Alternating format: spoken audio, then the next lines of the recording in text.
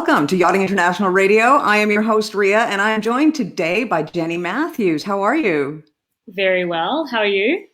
Good, thank you. Right, so we've been talking about all the new shows, lineups that we have coming up this fall, and Jenny Matthews is going to be the host of She of the Sea. And what an absolutely amazing thing that you've set up. It's really exciting to be part of this journey with you, actually. Yeah, it's pretty exciting to also be at this point, which is something I've been wanting to do since I first started, was to actually be able to have the platform to interview all these amazing women. So thank you so much for this awesome partnership. Well, it's our absolute pleasure because I really do believe in empowering women from all walks of life, and especially within the yachting industry, because there are some absolutely amazing women out there within the industry. And the great thing that I see with a lot of these women is they're not just making a mark in the industry, but a lot of them sort of go above and beyond, and sort of give their time to different organizations as well and help out, the yachting industry as a whole. Yeah, definitely. And they're also very modest. So Yes. Yes, that is one thing. I mean, yeah, there's when I've been looking as well, I've been finding these women that, they're just quietly going about what they do, and there's no yelling about it. They're not shouting it from the rooftops. They're just doing what they do and happily doing it. So it's nice to be able to highlight and give them sort of a voice and give them some of the recognition that they deserve. exactly. Yeah, it's very exciting. So tell me a bit about yourself. I mean, where are you from originally? I'm from New Zealand and I'm extremely patriotic Nelsonian. So it's the very top of the South Island. Most people from the side of the world will know it for its Sauvignon Blanc, the Marlborough area. So that's where I'm from, which is a typically, I mean, most of New Zealand is very obsessed with the ocean. Everyone grows up on it. So yeah, it was a really nice progression to make this my career coming from there. Nice. So what really sort of brought you to Palma there? Well, you're not in Palma actually, but what brought you to the Mediterranean? Do you know what? Honestly, the first probably 5 years of my career, I didn't spend much time in the Med at all. I think I spent like maybe 3 months here, but I was majority of the time in places like Australia, Scandinavia, the Maldives, and whatnot. And it's only really the last 4 years maybe that I've been based here, which is it was kind of nice to do all the adventure stuff first, and then kind of come back to the familiar faces that you see when you're in the Med. Coming in and out, you can really start to build that network. So that's what's brought me here now.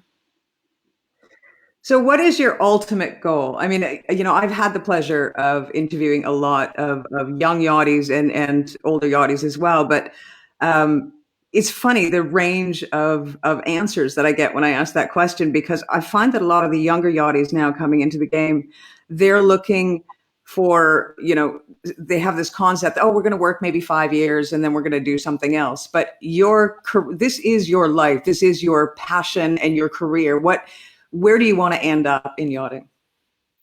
I think that's a really, really good question, and it's one that I like personally been conscious of and reassessing. Like, I mean, I started yachting when I was 18. I'm now 30, so you can imagine how that would change. When I first joined yachting, I was like, I'm going to be a captain, and which is exactly like the very straight line that you need to be able to progress in this industry.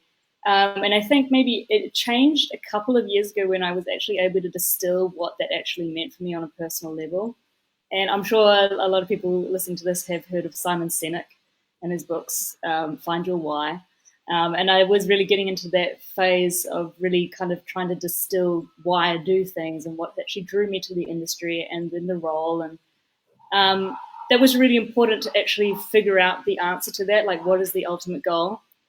And for me, I realized that it was to be able to facilitate uh, personal growth for myself and the people that I'm working with. And I was able to do that, and I am able to do that as a first officer involved in the crew. But now I really feel like being part of She of the Sea, I'm able to do that on a much bigger scale. It's creating the environment that creates a fulfilling workplace and life for everyone that I can be in contact with. And so that's moved from 10 to 15 people in a crew to however many people are in the She of the Sea network now and beyond. So that's really exciting for me to be able to do the two different environments. Yeah. Well, I mean, you told me a really inspiring story. I mean, when you first got into yachting, you sort of contribute your first captain as giving you sort of some inspiration to follow your career goals and to really strive for the best that you can be.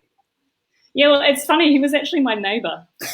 Ah, It was funny because I was 18 years old. I was fresh out of high school, and it was like that summer holiday in New Zealand. It's the summer holiday between the end of school and you going off to university. And, I was signed up for a Bachelor of Commerce, so thank goodness I didn't follow that path. And I ended up just going around for a chat with him and his wife one of these days, just a random day. And yeah, we got chatting to them and asked them what they did for a living. And they told me about yachting. So he was a captain and she was a chief stewardess. And I had no idea, no concept of what a super yacht was, never heard of it. And he told me about the job, and obviously it's quite fascinating, especially to an 18-year-old from New Zealand. And he asked me, I was like, oh, saw that I had an interest, and was like, okay, well, like what do you like to do? And at that moment, I'd been heavily involved in rowing for the last 6 years, so absolutely in love with the ocean, love with the water, and loved being outside, was very active. And he's like, you know what, you could be a captain. So from that moment, we looked into courses, we looked into the career progression. He told me the good, the bad, the ugly, the stuff that you need to watch out for. He's like, don't be an idiot with your money. Everyone drinks it away. Don't do that. Rah, rah, rah. So he really inspired me from the get-go, because there was no question in his mind that I could do what he had done. And that was the mentality that I went into yachting with, like the awareness that it was going to be hard and I was going to be a minority, but there was no reason that I couldn't do it.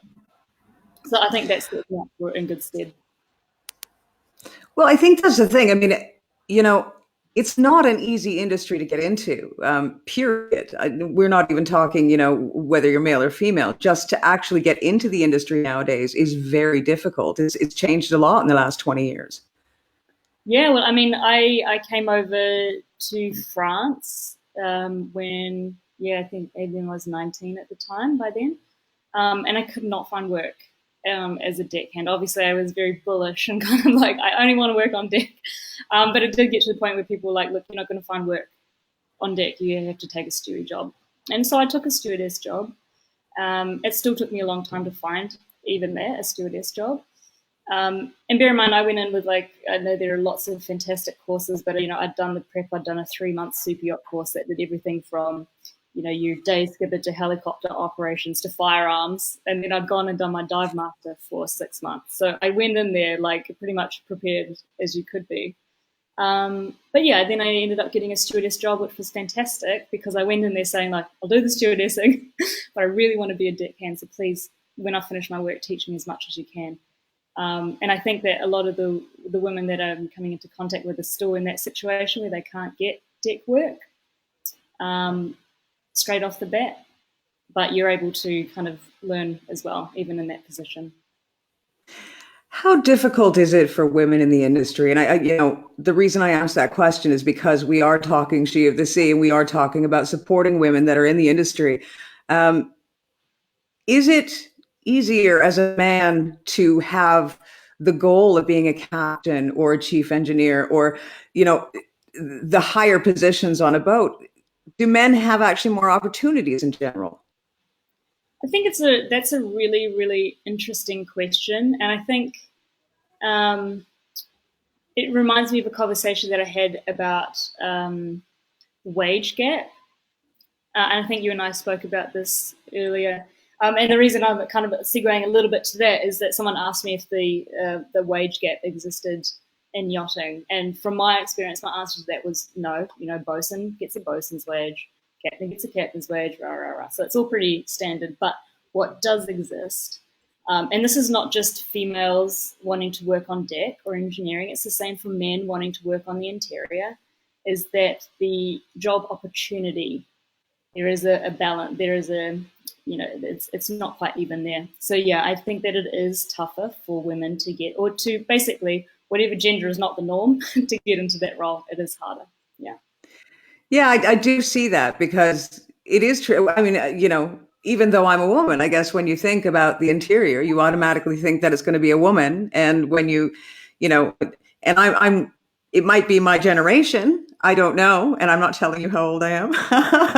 But it does tend to just automatically sort of fall into place. And, maybe that is something that as time goes on and people like you can start changing those concepts and those ideals that, are generally out there as far as gender specification, essentially.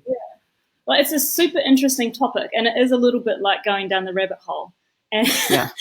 because when I first started looking at it, I thought it was very black and white. But then when you dive into it, and there's a lot of research shoreside and like the actual, shoreside business world on this, because this is not exclusive to yachting.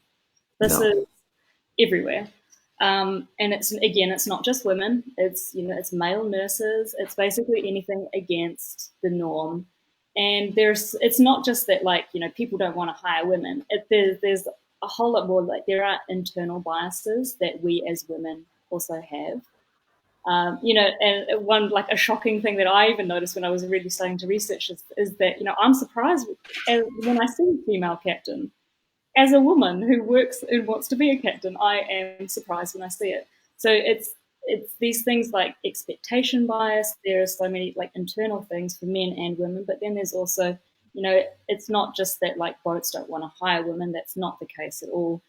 Sometimes there are cases when it's not coming from the captain. It's actually the owner's bias and things like that. So it's a very big and complicated topic, but one obviously it's quite exciting to actually delve into it and to create action to change the story.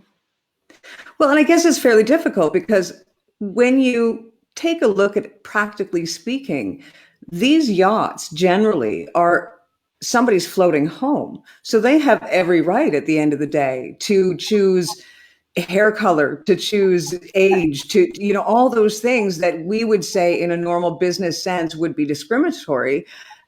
It actually is their home. So they have a right to choose what they want to choose. So I guess the battle being is that we just have to change the concepts and the thought process straight across the board.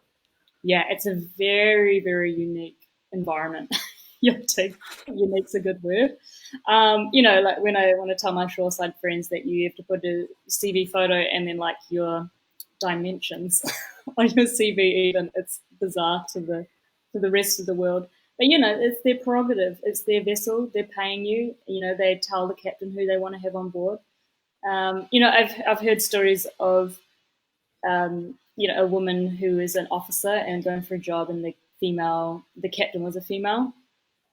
And the captain flat out said, no, we're not hiring her because I don't want two women in the bridge. That's a really crazy thing to say, but he's totally within his rights to say it. So, it's changing minds of crew and also of the owners, and that's a really interesting role when you bring into people like management and the captains who have this direct contact with the owners. Because sometimes it can be as simple as just the person in power saying, "Oh, why don't we hire a female? Or why don't we hire a male steward? They're fantastic."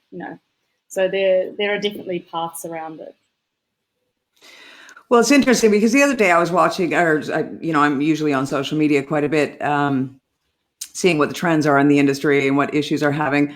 And a young lady came up, and she's transgender, and so now we're delving into another aspect completely. And I almost felt like saying, do you have any idea what you're asking? Because, if you're transgender getting into if women are having trouble right now Yeah. and you're transgender trying to, it's the same issues you're going to have as any other woman, obviously.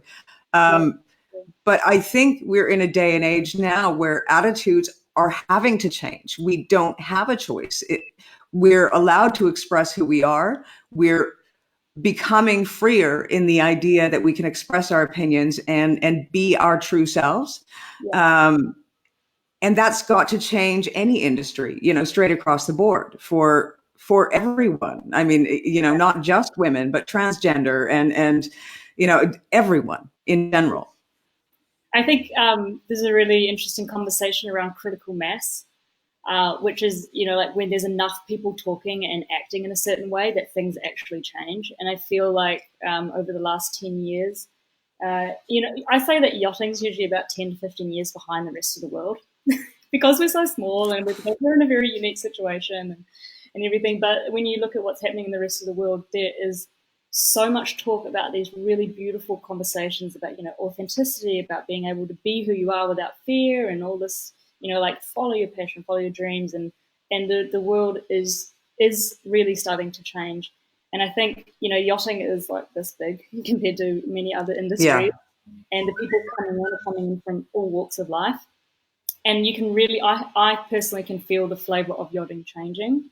And I think it's really also important to point out that in no way am I saying or implying that yachting's just full of a whole lot of backward people. I really feel like the conversation about the resistance to change is a very, very small percentage of people, and the majority of people that I encounter within yachting are like so forward for the changes, not just with gender balance, but talk conversations about leadership, about mental health awareness, about crew wellness. Like all of these things are becoming, ocean protection. It's all very, very present for a lot of crew, which is really inspiring to see. It is. Well, and I mean, you're taking it to another level as well, because we had discussed about the fact that you are often asked to speak in schools. Yeah, Um, and so you have the unique opportunity to take these young minds before they're out in the big bad world and sort of shape them to create a new generation of thought and a new generation um, of just action. So tell me a bit about that. Like, what sort of, when you go into these schools, what kind of conversations do you have with these kids? yeah. Well, it's probably one of my favorite parts. It's so exciting, and I got the opportunity to do it at my old high school in New Zealand, and that was pretty incredible because obviously no one knows what running is, especially in New Zealand. Um, well, the majority of people don't. And so at first, they're, what high school kids are like. We were all them. They're kind of like, why are we here? What are we listening to? And then by the end of it, they're all like, oh my God, what is this world?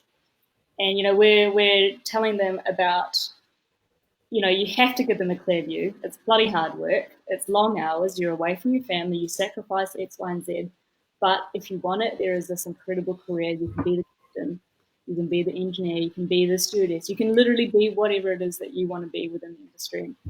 And watching for a lot of them, the kind of like switch flick in their heads, and they're like, and you can see like literally their perception of what they can do just go poof. You tell them that you can go all through the med, that's pretty normal, or you can go further afield. That it's pretty inspiring. And it's kind of gone to the next level now with another project that GNBC is doing, is that we're involved with a STEM program over in the UK. So that's basically a roadshow about science, technology, engineering, and maths. And we're teaming up with the 1851 Trust, which is the official charity of the America's Cup team. Wow. So it's so exciting. We're literally going around all these different schools and areas in the UK and using these huge, incredible vessels, the America Cup racing vessels, to teach young women specifically that these are careers that they can do. And that's lined up for later on this year. And I cannot wait to really, see that light switch on with them. Well, and I mean, there's something that not a lot of people talk about, but it has to be approached. There are the dark side of the industry as well. And I mean, we've just seen so much of it in this last couple of years. We've had a lot of mental health issues that are affecting a lot of male end of the industry, actually, with suicide and depression and mental health. But as far as females, there seems to be a little bit of sexual harassment within the industry as well, and it's not all the time. It's not everywhere. I mean, the industry is very woke in that aspect. But do you warn people about the possibilities and how to approach it, because it's very unique in the yachting industry. I mean, if in my industry or any other industry on land, if you're being sexually harassed, you're on land. You can walk out of that building and you can go, to the police station or, call a friend and say, look, I'm being sexually harassed, and deal with it. But if you're on a yacht in the middle of an ocean, how do you go about that kind of situation? Yeah, it's a really really dark side to the industry, and it exists in every industry, but yachting is a very unique environment for this to happen in. And the PYA did a survey, and it was presented last year at the Monaco Yacht Show. And my captain at the time, she was there, and it literally, her feedback about the results of that survey was it floored the room. Really, really horrendous statistics and accounts of events. And I think probably the worst part is that, I mean, for me hearing this, it wasn't that surprising, which was the worst part. And that was really, it was it was really good to have that information out there, but it made it really real to a lot of people, which is fantastic. But you're right, that is something that, and this is something I actually mentioned when I went to a Women's Trade and Congress meeting in England, where a lot of unions got together, teachers, seafarers, nurses, everything, and we were able to bring up topics. And I actually spoke there about sexual harassment, saying, how can we ask young women to come in and be part of the change? Are we leading lambs to the slaughter? There's a really high chance of sexual harassment. I think it was something around about 60% of crew have been sexually harassed within their careers so far, which is, and that's by owners and other crew members. So it is something that is prevalent, and it's a really tough topic to tackle. But I mean, when we start to see things like sexual harassment policies becoming standard practice, sexual harassment training, and that ties in with the mental health awareness. It's all moving in the right direction, but it has to change because there's no place for it. It's something that I'm quite embarrassed about when I talk about this within yachting, because it's horrendous. Yeah, and it's sad too, because you see that a lot of people will tend to have these experiences and don't know where to go. And it's great. I mean, there's a lot of organizations, as you were saying, that have stepped up and addressing the issues, and they are providing solutions, and places where you can go. But for the longest time, a lot of these women and men, I mean, it's not just limited to women. But a lot of these women would suffer in silence, as it were, and for the sake of having a job or the sake of keeping their job, they wouldn't say anything or do anything, and it's difficult.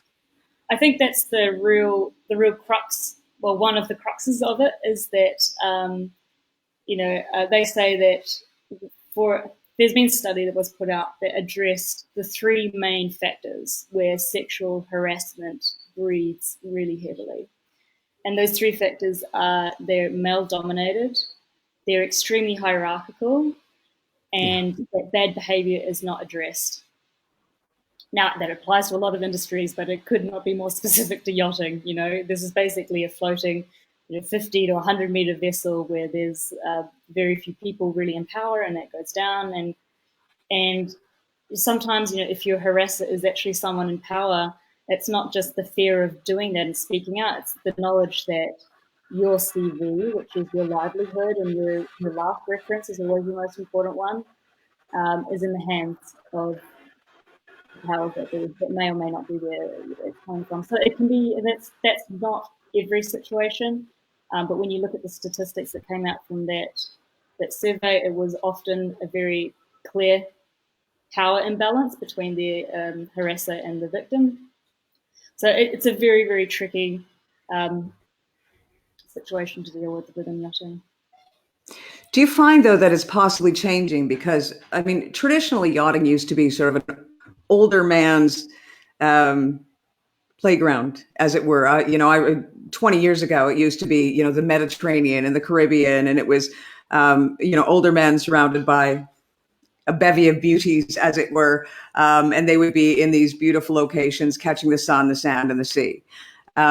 Nowadays, we're seeing a huge shift in the yachting industry, and it's now people in their 40s and 50s, and they're looking for more adventure. So we're seeing a rise in expedition yachts, and shorter time frames, but more athletically inclined, I would say, more activity inclined.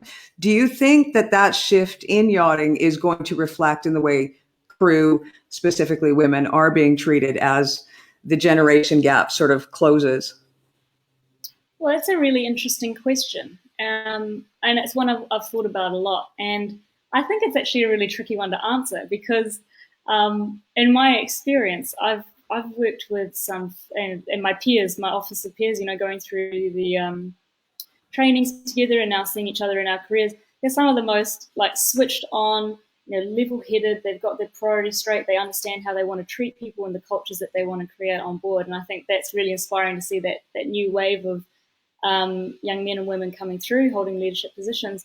But I have to pay dues also to the older men and women in the industry. And I mean, of course, there's people with differing opinions of both genders of all ages. But I really think that there are. It would be a disservice to say that it's kind of like out with the old and with the new, because a lot of the older men and women that are running these vessels have so much experience and the ability to create really safe cultures on board, treating people with respect, instilling that, leading from the top down, this is how we treat people, this is what will be tolerated, will not be tolerated. So I think it's quite hard to pin it on as a generational shift, and I don't think it necessarily is. I think it's probably more awareness within the industry, with social media and whatnot, being able to talk about these things more may have maybe a bit more of a impact than a change in generation. I'm not sure. I guess it remains to be seen. We'll see how it sort of. I guess we'll never really know, because right now we are sort of in the process of really, awakening people in the aspect of what's going on within the industry, and so it's probably going to be a combination of so many different things that makes the industry change, which is good news. It doesn't matter why; it matters. The results are really what matter at the end of the day. Yeah.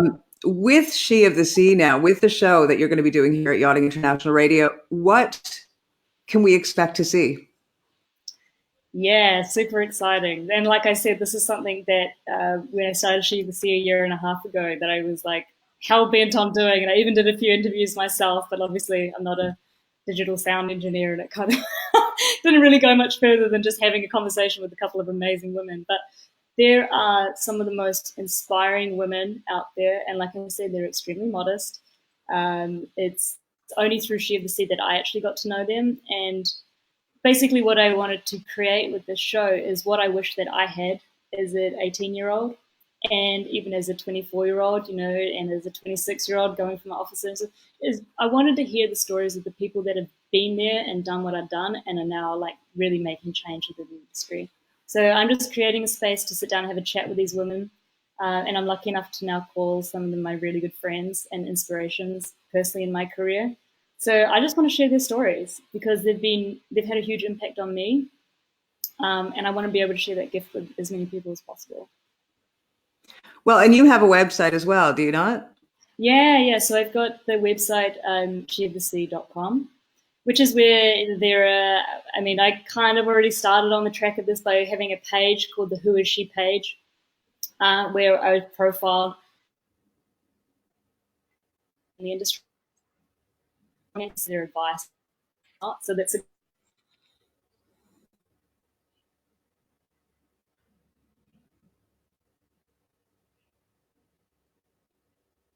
you can meet up with each other on the night out and share stories and whatnot. And we'll also be running our mentoring program off there. So the website has portals to all of these exciting things, even the She of the Sea survey, which is for yacht crew to have their say about things that they want to see changed in the industry, which will be amazing for kind of measuring the change over the next few years.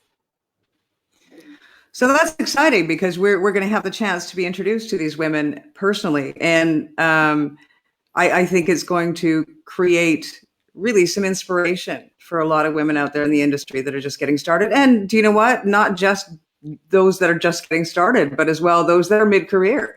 That sometimes I think as women, it doesn't matter what industry you're in. I think you feel like you hold yourself back and you don't reach for the stars because you're not sure if you deserve those stars. And the idea that you can see other women and you can get that inspiration from them. And women are really good when they come together and they decide to lift each other up and support each other.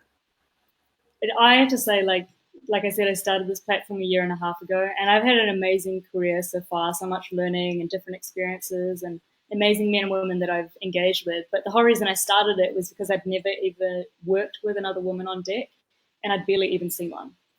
So the whole reason I started it was I really wanted to be able to share experiences and stories and gather information. Maybe it was a bit selfish. I just wanted female friends on deck, but it's evolved into such a powerful platform, and it's completely changed my experience within the industry.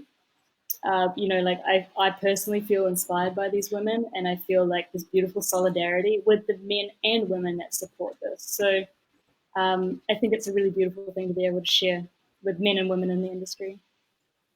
For sure. Well, and the nice thing about it too is that once you get to know some of these women, it's like you said, you are able to reach out. A lot of these women are really more than willing to open up and say, yeah, if you ever want to get a hold of me and talk to me, I'm here. Absolutely, because they've all been there. Chances are they've never worked with another woman before.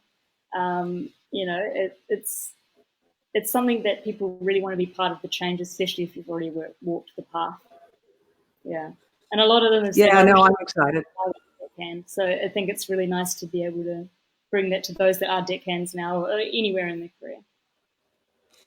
Well, that's amazing. Do you know what, Jenny? I know you have a flight to catch at some stage later, but I am just absolutely thrilled to be having you on board here at Yachting International Radio. And I'm really looking forward to meeting the women that you're going to be highlighting. I already know some of them because, I get that insight sometimes, but they are all incredible women. And I've had the chance to check out your website. For the listeners out there or the viewers as well, if you want to see a little bit of the history, excuse me, of the women that Jenny has talked to and highlighted, please do head over to the website because some of those women are truly inspirational. And it doesn't even have to be somebody in yachting. Anybody, any woman can go over to that website and check out some of these women and what they've achieved in their lives and the goals that they've achieved in their chosen career. And it's absolutely fascinating. I'm so glad that it's really been exciting for yourself and so many others to look at. It's just so inspiring to keep going and keep sharing the stories. Wonderful. Well, we are going to be coming to you live once a month with Jenny and her chosen guest of that month. And hopefully in the future, we'll be able to do it a little bit more often than once a month. But of course, depending on where you are and where you're working at the moment, that's always the thing. It's a bit hard to do an interview when you're in the middle of the ocean, right? Yeah, exactly. Thank you again, Jenny, for your time. And we will be advertising, of course, a few days in advance, every single one of our series, She of the Sea, with Jenny Matthews. And as well, it will be on YouTube. I think Jenny's going to have it in podcast format on her She of the Sea website. And as well, it'll be on Facebook. So there will be no excuse to miss any one of Jenny's shows. So we hope you tune in and get some inspiration for yourself. Thank you again, Jenny. Awesome. Thank you so much. This has been Ria Live for Yachting International Radio.